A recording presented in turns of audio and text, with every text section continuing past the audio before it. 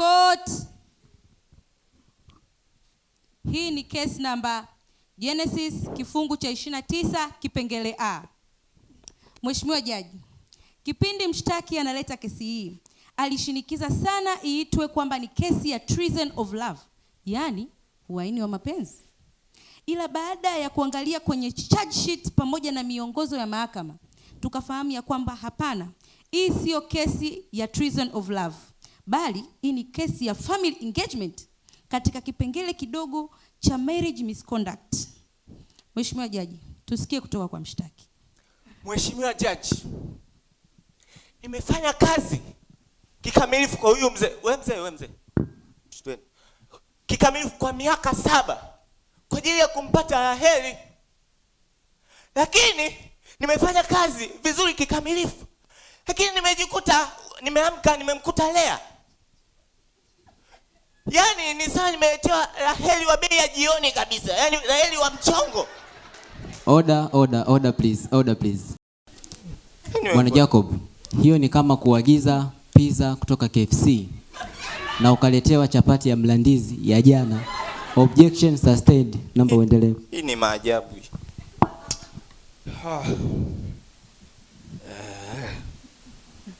Kesi shakuwa ngumu. Mheshimiwa Jaji,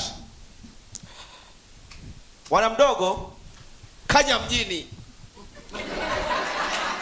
kakukuta na watu wenye mji. Sisi ndio wenye mji, si ndio?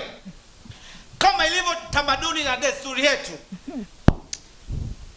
second born hawezi kuolewa mapema kabla first born. Unasikia wapi? Ulikuwepo? Nisikilize.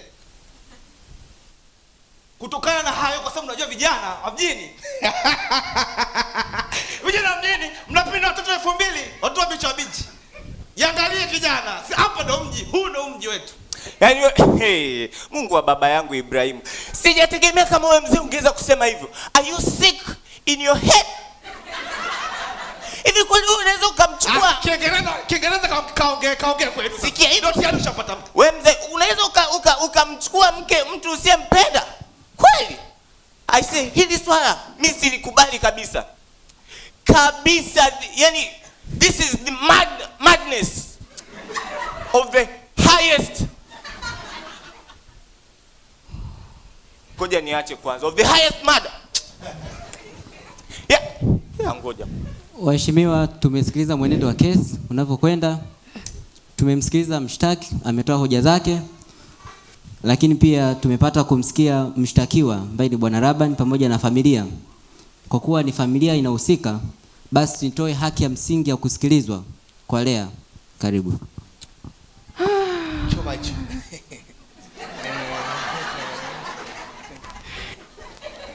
Mheshimiwa Judge, asante kwa nafasi hii. Ningependa kujitambulisha rasmi. My name is Mrs. Lea Jacob. Wewe dada wewe.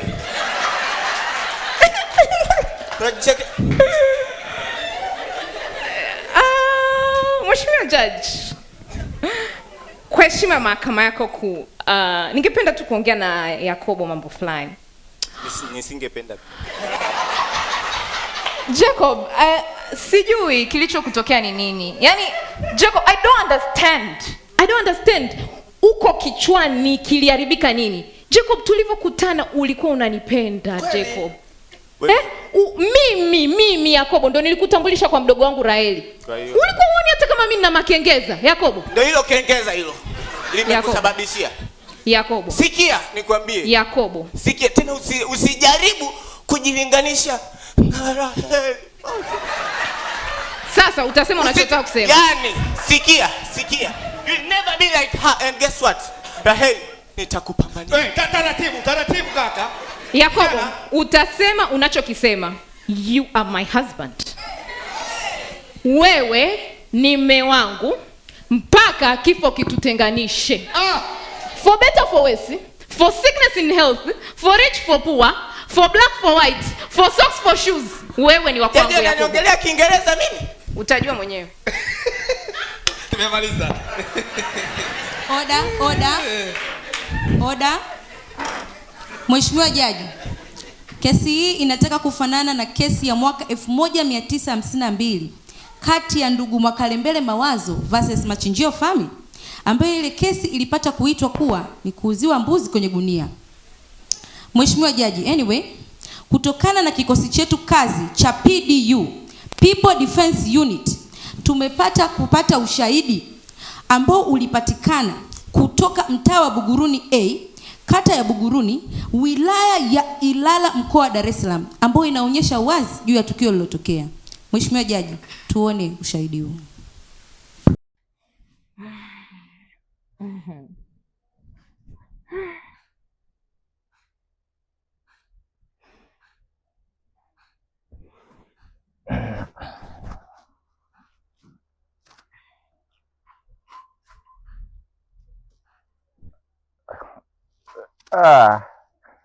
Raheli, niamshe vizuri tena jamani.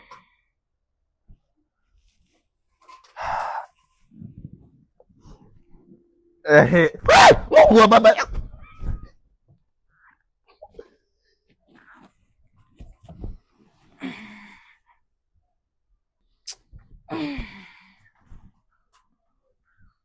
Wewe mwanamke, yaani imekuwaje? Mimi najua nimeona na yeye, kumbe wewe. Najua aliyefanya hii. I'm going to Laban. Haiwezekani. This is impossible. Nasikitisha sana.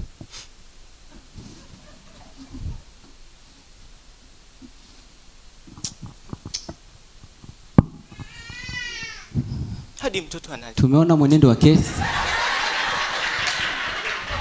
Oda, naomba mahakama itulie. Utulivu tafadhali. Tumeona mwenendo wa kesi ambavyo unakwenda na tumewapa haki za msingi za kusikilizwa wote wawili, pande za kushtaki na pande wa washtakiwa. Na sasa tunakwenda kutumia sheria ambazo tumejiwekea na ziko wazi. Bwana Laban, kacha ya kijiji chenu, hiyo sio legal defense. This is Supreme Court of Heaven. Hatumii sheria za vijiweni. Hilo lazima ulitambue. Lakini pia kama ilikuwa ni makubaliano kwamba Bwana Jacob apewe Raheli, itakiwa kufanyika hivyo, wala si vinginevyo, kwa sababu this is a contempt of the court. Hii kesi sio tu ya madai ya mke, inaingia mpaka kwenye masuala ya familia, vijana na walemavu. Masuala ya kengeza la lea kumfanya mwenzako apate mke ambaye sio, sheria ziko wazi. Hii ni reference ya Law of Marriage Act. Maudhui ya kuhusu haki za msingi za kuoa, voidable marriages, pamoja na right of damages to adultery. Na imejielekeza kwenye marekebisho yetu ya msingi kwamba kila mtu aishi kwa utaua. Haitaki kuwa hivyo. Lakini Jacob, tumepitia faili lako la maisha yako ya huko nyuma. Leo hilo nakala umenenepa, lakini ulifanya wizi wa baraka za kaka yako. Mtume roho yangu. Wizi ulimzunguka Esau. Ukachinja punda aliyokuwa kwenye zizi pale nyumbani, ukaiba baraka. Na sasa kama ilivyoandikwa kwenye sheria zetu kwamba kila mtu atavuna alichopanda. Uliiba baraka, ndicho ulichopanda. Ulipanda wizi, umevuna heartbreak. Una nafasi ya kutengeneza, kurekebisha, kwa sababu usipokaa vizuri utafanya kazi miaka 7 tena na utapewa binti mwingine, hata Flora Mlandizi. Bwana Laban, naomba ielekezwe kama makubaliano yalivyokuwa, wala si vinginevyo. Case closed. Court